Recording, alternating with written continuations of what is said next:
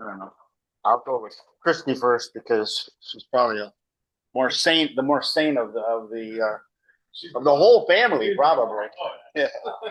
But so Christine's a public relations professional with experience in community partnership development, sponsorship, acquisition, event planning, media relations, marketing communications. Graduate of St. Clair College public relations program, and was recognized for both academic achievement, community leadership through Athena Scholarship that I didn't know. So you had a scholarship from Athena?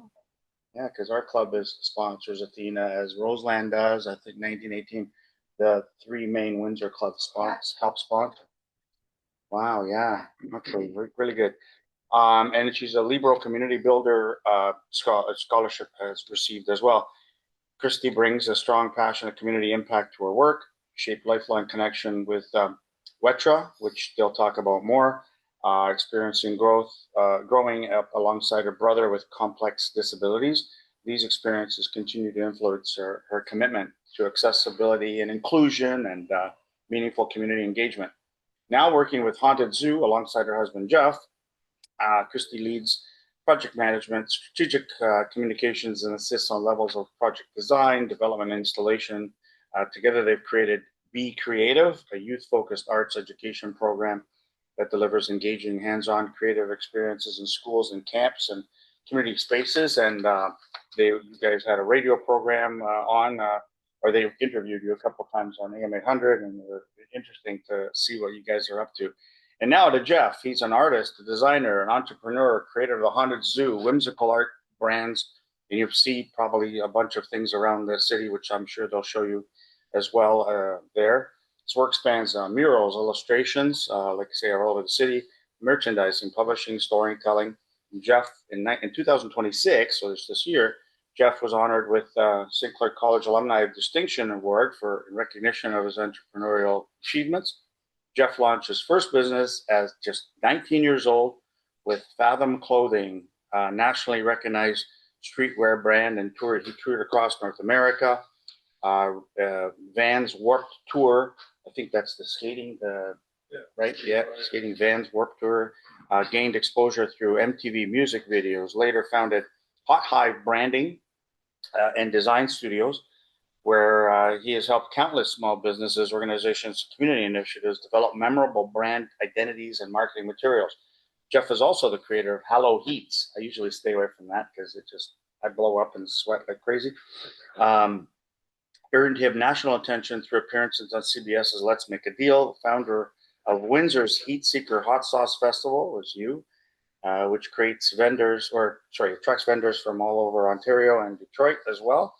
And through Haunted Zoo, Jeff has combined his entrepreneurial experience with passion for art and the community. And since launching his brand in 2023, his work has been exhibited all over North America. Published his first children's book, Adventures of the Honeycomb Heroes. Be Considerate is the name of the title, and probably available through Amazon and all kinds of places.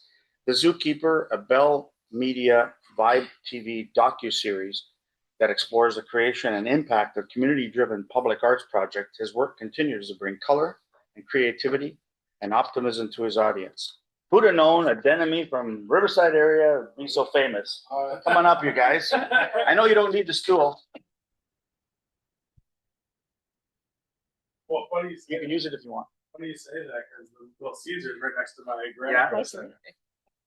I just got 4 free pizzas the other day because the person stopped me at the park. So I'm pizza famous. Oh yeah, free pizza. And I'm sure you spiced it up. You damned it. I hope it gets better from here. Well, good morning, everybody. Thank you for having us here today. The vibe of this meeting is so fun. This is a good start to the day for us. Usually we're scrambling to get kids ready for school, so this is super fun. Thank you for having us. Thank you, Carlo, for the introduction. So we're here to share with you a bit about our current project that we're working on right now. Last summer, we were funded through 5TV1 to produce a docuseries, which is kind of taking viewers on the behind the scenes experience of how we do what we do with the Haunted Zoo. So you heard a little bit about it in the introduction. And this project that we're working on is a 7-episode series covering 7 major projects that we have conceptualized, built, designed, produced, installed over the last 10 months. Today, ironically, is our very last day of filming. And we're starting to get into the editing phase for that now. And the show is going to premiere and go to air at the end of the summer. So that show that we're doing, it's produced by Jeff and myself, and we're working with local filmmaker Gavin Michael Booth. So some of you have probably heard of his work. He's also all over AM 800 all the time promoting his work. He does he's produced 150 plus music videos for bands like Third Eye Blind and some other folks, and he's done features and short films, and he's really incredible. So the three of us have been working on this as a collaboration for the last year. So the show that we've produced is called The Zookeeper. And here we're going to highlight for you today 3 projects that we've been working on. So the project peak number 1 is called Innovation Nation. Do you want to share about this? Yeah, sure. So, what did I do? Wow. There we go. Yeah, so like Christy was saying, Bell funded this show for us, but then we found out that they're just funding the production of the show. So the editing, the filming, whatever, but any projects that we do, we have to fund or find funding. So the Red Piston guys, we never met them before, and we saw them at a WETRA tech meetup and got introduced, and we started chatting about they wanted a mural. So we started chatting with them, and we had a meeting, and then we got the show. So we decided for this episode, to show how creative people in a smaller city, like Windsor's a small city, but it's not Chicago, it's not Toronto. So we decided to show that sometimes, especially in the tech art scene, that we have to collaborate together to create a bigger project. So we decided to do a mural for them, and then they are going to be doing a video game for us. So it'll be like an iPad video game. So by coming together, we both get to have something large scale out in the world. And the episode for this series, it shows kind of the behind the scenes of how we design, how we come up with concepts, how we have to consider not only the art that we want to put out in the world, but how our art is going to obviously represent the business that the art is going on. Because for us to do our work for a tech company was kind of a strange client for us.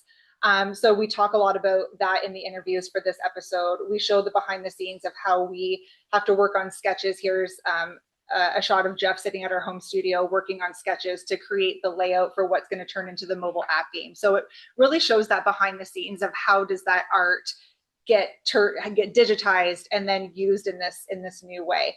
Kind of a behind the scenes peek that not a lot of people really get the chance to see. So that's what that episode. And also they didn't want like an advertisement for themselves per se, like just Red Piston. They wanted to show all like the Canadian tech and innovation that's come out of either Windsor or Canada. So we have a lot of, even the zipper's a Canadian invention, the paint roller. So we have all that in there. Plus it's kind of a Canada flag at the same time. So it was cool that they didn't want a punch in the face. This is Red Piston. So we got to kind of play with that and do it more for a broad audience of just Canada and Windsor. And just one more thing that I would love to share. So when we initially pitched this concept to 5TV1 of we wanted to do a docuseries, we had pitched one concept, and about a year later, the production team came back to us and said, okay, we like the idea of doing something focused on the arts, but we would really like to see the behind the scenes of how you do things. So when we first pitched to them, we came up with a few kind of project concepts that we could implement and do for the show. And then once we were funded at the end of July last year, we were like, you know what, this is a really cool opportunity to show kind of the creativity and the innovation and the community impact and what makes Windsor so special, because the show is going to air across much of Canada. So we took the original concepts that we had pitched for these projects and we kind of blew them up quite a bit. So the scale of the projects that we ended up executing for this series were way more complicated, way more involved, way bigger than what we had originally pitched. And so here is a project sneak peek number 2. So earlier in our introduction, Carlo shared a little bit about our Be Creative program. So that's an educational program that Jeff and I have designed to introduce children and youth in our community to the world of street art. And we give workshops and teach them about what are murals, what's the difference between a mural and just, graffiti tags that you might see on the side of buildings. Why is public art important? How does it build vibrant communities? and why is it important to respect public art. So we have a whole conversation with children about that topic, and then we bring them through a guided workshop where we teach them actual spray painting techniques, and then we bring them right in and allow them to help us install a professional permanent mural in the community. So this episode, we went into the Border City Boxing Club on Drillard Road. We have a personal connection to the club, and so we brought them this idea that for one of the episodes for our show, we wanted to come in and execute our Be Creative program with the kids that box in the kids boxing class at the gym. So behind the gym, they have this courtyard. This is what it looked like before, right here. And so we went into a Sunday morning boxing class. We had this whole workshop with the children, and then brought them out into the courtyard where they were able to work with us and actually help install that beautiful mural that you saw. I'm not sure if we have audio, like if I play a 1-minute video clip, is that something that we can do or no? We'll click it. Should be, and see if it happens. Okay, so we do have for this particular episode of the show, we have a 1-minute teaser, which I really want to show you guys because it will tell you the kind of the tone and feel of what the whole docuseries is going to feel like. This is just a 1-minute teaser. This is what we've been sending out for sponsorships.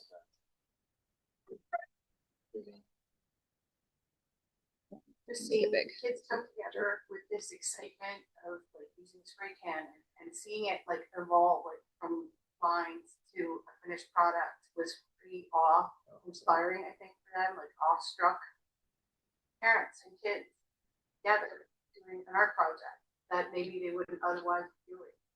That's a memory that family is going to carry forever.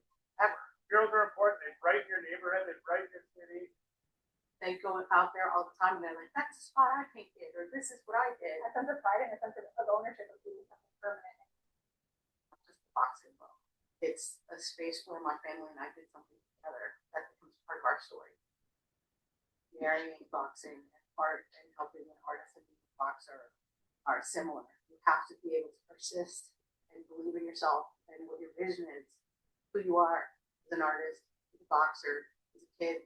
It's just a remarkable blessing to have this type of community artistic endeavor in a boxing club. I'm not sure how to, I can't see. Oh, right here. Beautiful. Do you guys teach the kids safety too, and they do that on trains? No, we tell them not to do that on train. Where's our, how do I get out of this?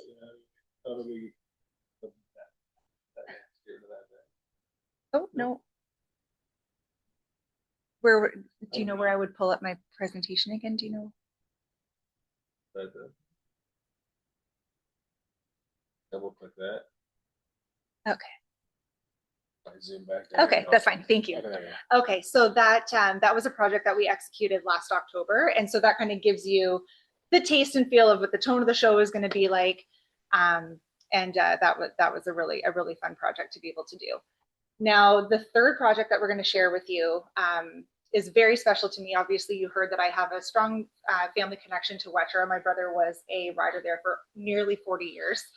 And so when we were funded for this show, we very quickly had to come up with all of these projects that we wanted to execute. When we were first funded, we had pitched some ideas, but like I said, we really wanted to, now that we had the opportunity to have our work showcased across Canada, we really wanted to level up what we were going to be working on. So I reached out to the executive director at WETRA and I just said, hey, we've been funded for this TV show. We have to create and come up with a bunch of different public arts projects that we can execute over the next year. Would you guys be interested if we did something on the property at WETRA? We don't know if that's going to be a mural. Maybe we could build a sculpture for your garden at the entrance of the facility. We don't know yet, but we would really love to do something for you if we could. So they were really happy to welcome us in, and they were going to be happy with any idea that we came up with. But they said, you know what, you have a couple of good ideas, but we want to show you something quickly that we have a small amount of funding to be able to do, but we don't have a real vision for the space yet. So they brought us out into the stable where they have a kind of a 20 by 25 foot classroom. It was more of a flex room. There was a chalkboard on the wall. There was a couple of activities, a lot of storage. It was just kind of a flex space, very bland, kind of purposeless.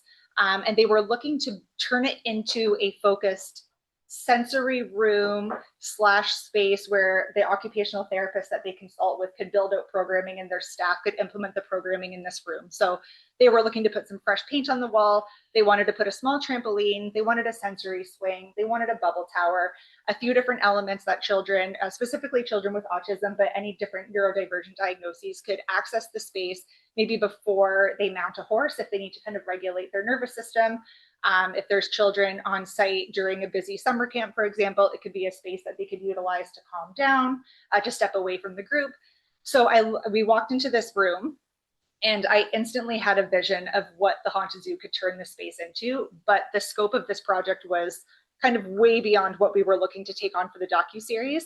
However, we kind of, inspiration struck, and we are very excited to share with you that just this past weekend, we officially opened what's now called the Sensory Stable at WETRA.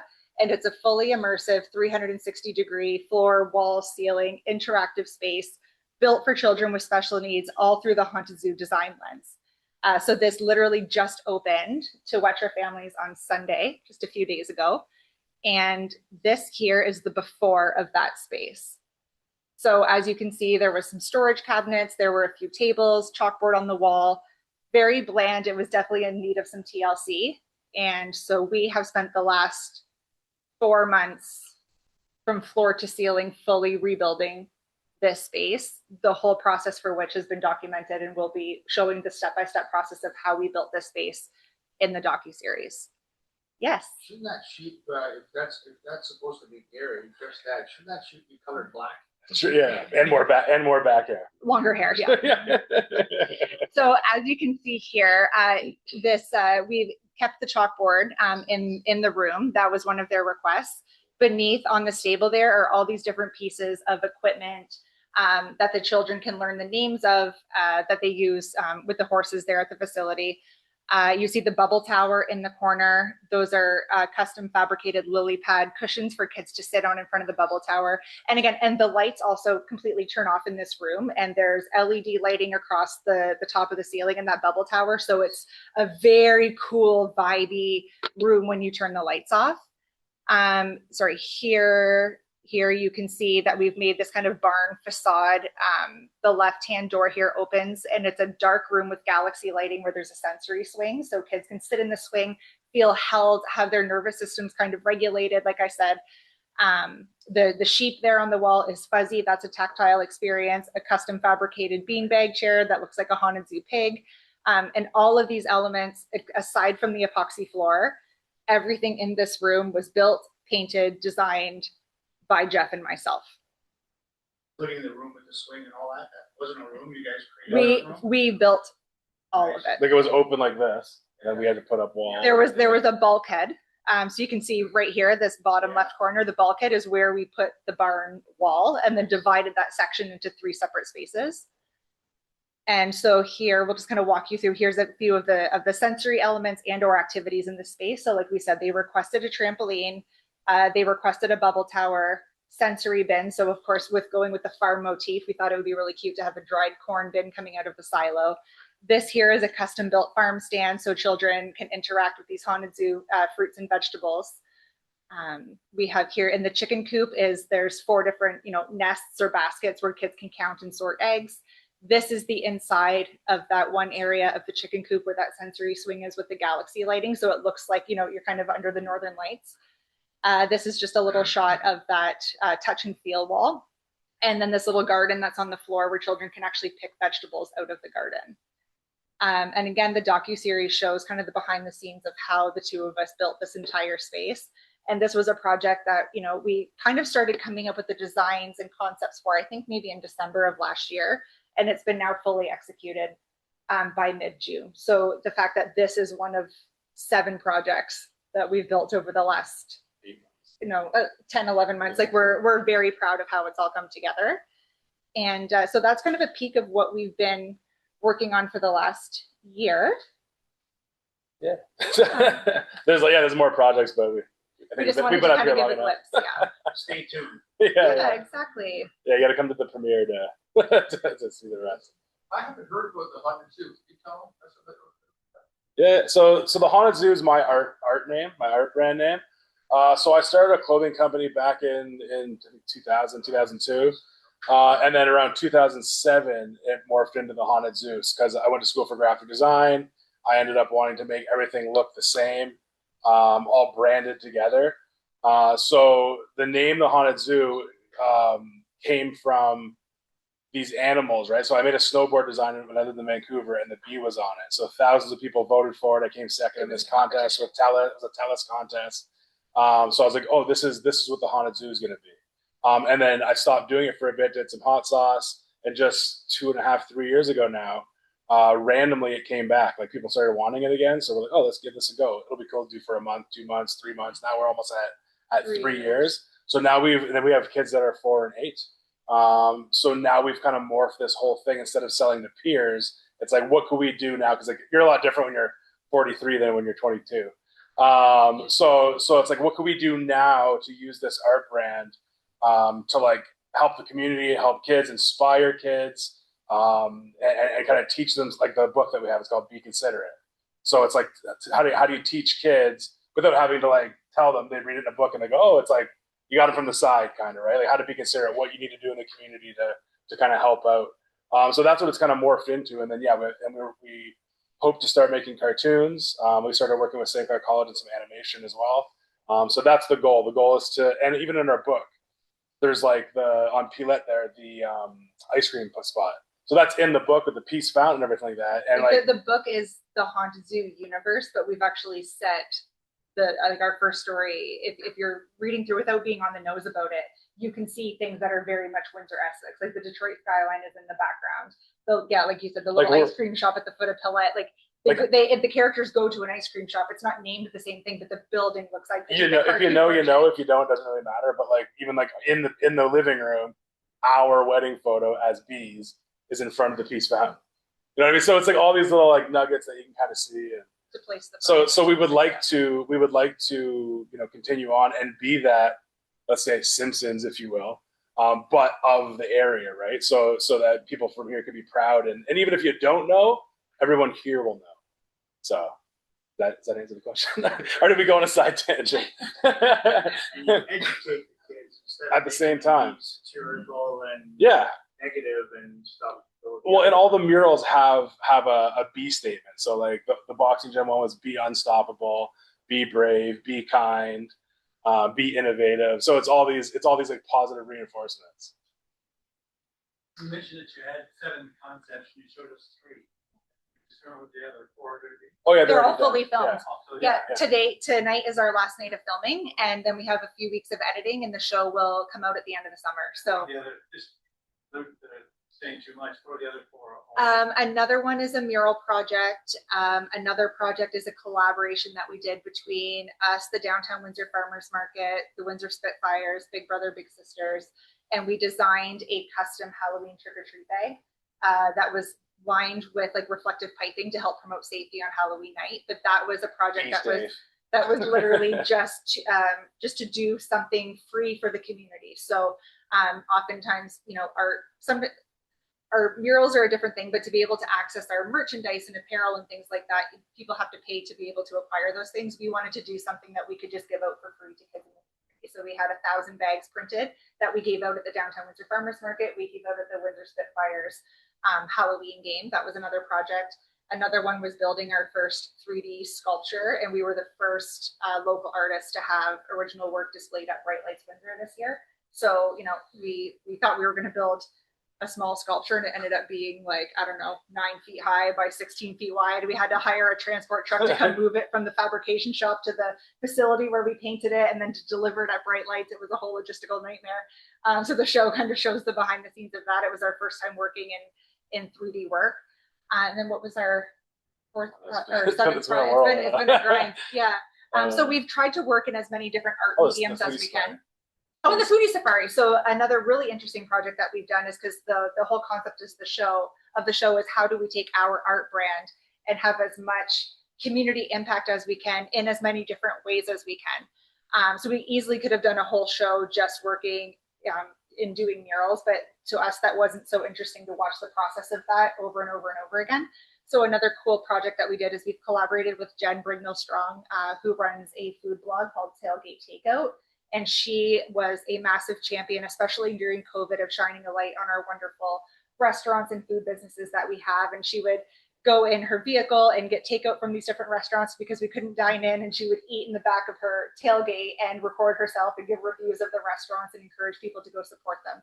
So for this project, what we did is we collaborated with her, and we've created what's called the Windsor Foodie Safari, where we've partnered with 13 local restaurants or food manufacturers, and we've created a custom Haunted Zoo food character sticker for each of the individual restaurants, and we're releasing the different characters on a monthly basis throughout 2026, and it's encouraging people to go to these different restaurants, collect all the stickers or as many stickers as they can, and then at the end of the year, the people that participate in the Foodie Safari are entered to win a grand prize of food and product from all of these different participating businesses. So it's using our art to create a creative food marketing campaign. So that's a passport kind of system. Yeah. So that's very different from kind of everything else that we did for the project as well. Yeah. How do you fund this? Wow. So that's the thing. So that we didn't know this either. So Bell funded this TV show, and we're like, great, cool. Not realizing that we don't get anything. We just have to pay for the filming and the editing and the sound and all that. So we've had to solicit and get sponsors on board and everything because, so like, I mean, we have some sponsors already, but I mean, we're probably like, it's out of our pockets. The answer is it's out of pocket. But essentially we've probably been funded a third of what we should have, you know.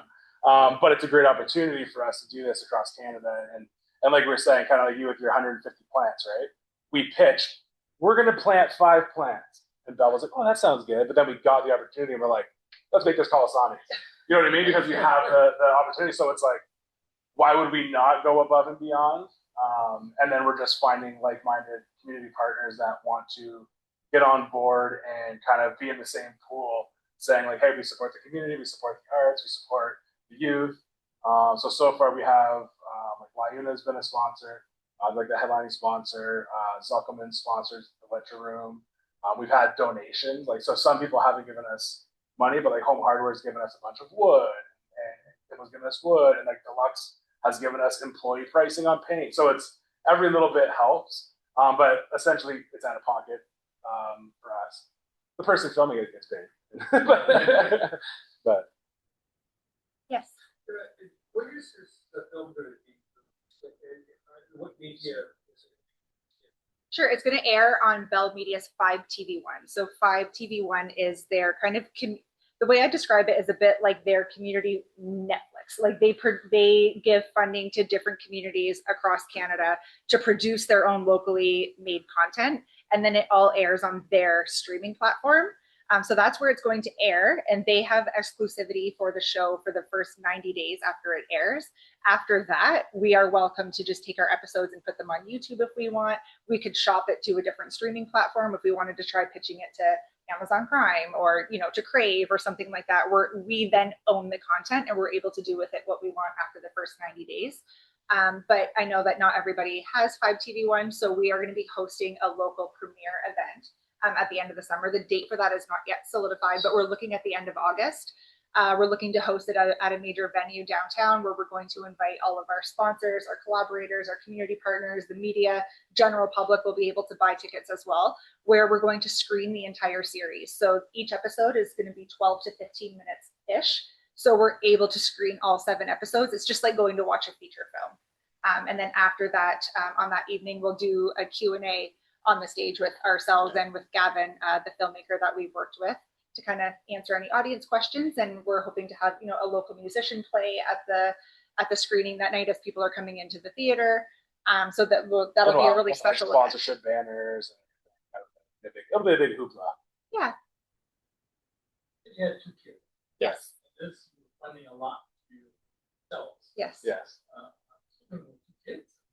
Emily, you have to have, of course, a makeup somewhere. So, the other businesses? No, this is it. We have made a major sacrifice over the last year. Of course, we have other, background projects on the go.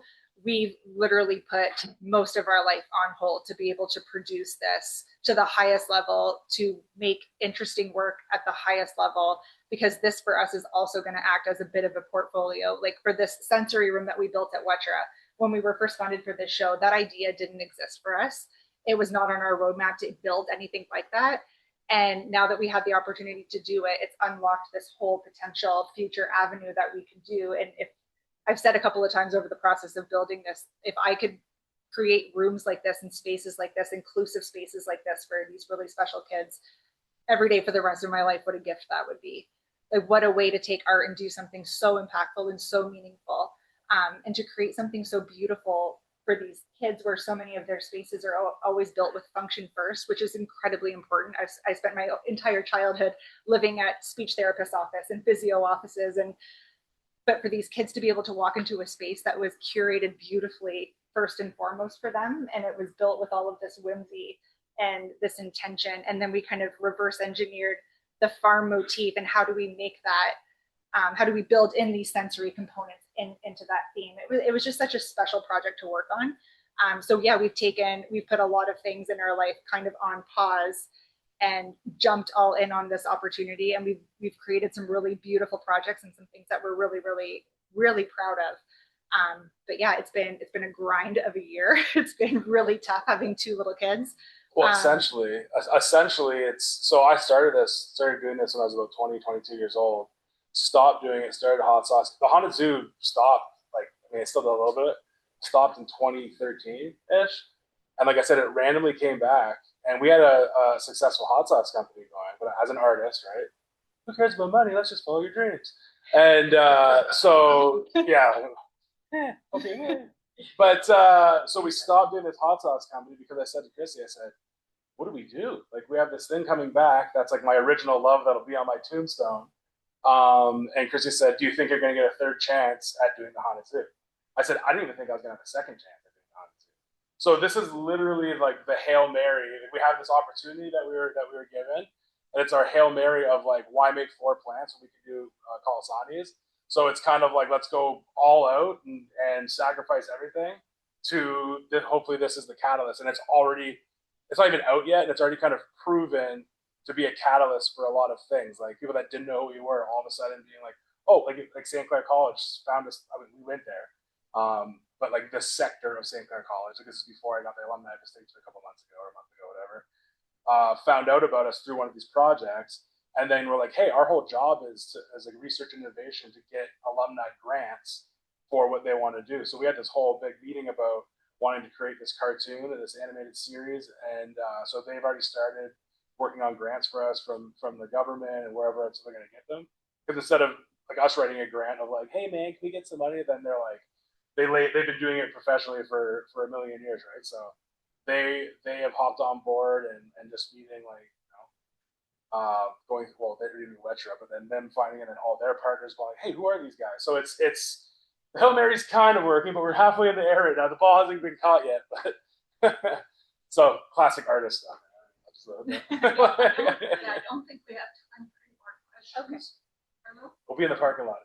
I was just gonna say, it looks like those things are commissioned, like the one that you did with a couple of the companies. So is that what mostly are? You work on, put out a price there for the commission to do it, or you give them the price later? Is that how that's funded? Well, we funded the boxing gym one. That was totally us funding that. Well, yeah, but not for real price. You know, okay. Probably like a third of it of the real cost was funded. But then we had to buy some of the materials still. We got some donated. The Red Piston one was straight up, I paid for everything, and then they're just going to make us a video game. Yeah. So it's a straight up trade. There was no funds traded for that. Yeah, so it's like that mural in reality is probably like a $30,000 mural. Which led me to the one that you said 1918. You were telling me you did a wall at the safety building. So is that funded or that was separate? Like that wasn't for the docuseries. But then we were like, oh, okay, cool. We will put it in the docuseries. So that wall was funded, yes. Yeah. Plug for Rotary. Yeah. Yeah, actually, part of my thank you, now that you brought up all that, and I knew about it a little bit before, but is shows that be creative, and this is what you get. And speaking of bees, Ooh, we have honey. phenomenal. Yes. Honey Thank you. We love Sunfather. to show that you're, the be creative part of what you guys are doing. Thank And you. Thank you. It's great. Thank you. Great to have you here. Oh, thanks for having us. Thank you. Thank you, everybody. Oh, thank you.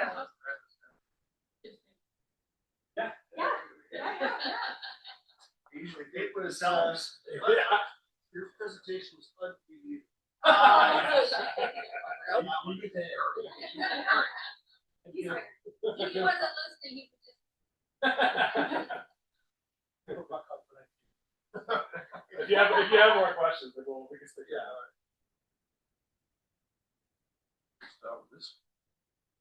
Technical difficulties. Finger difficulties. His eyeballs.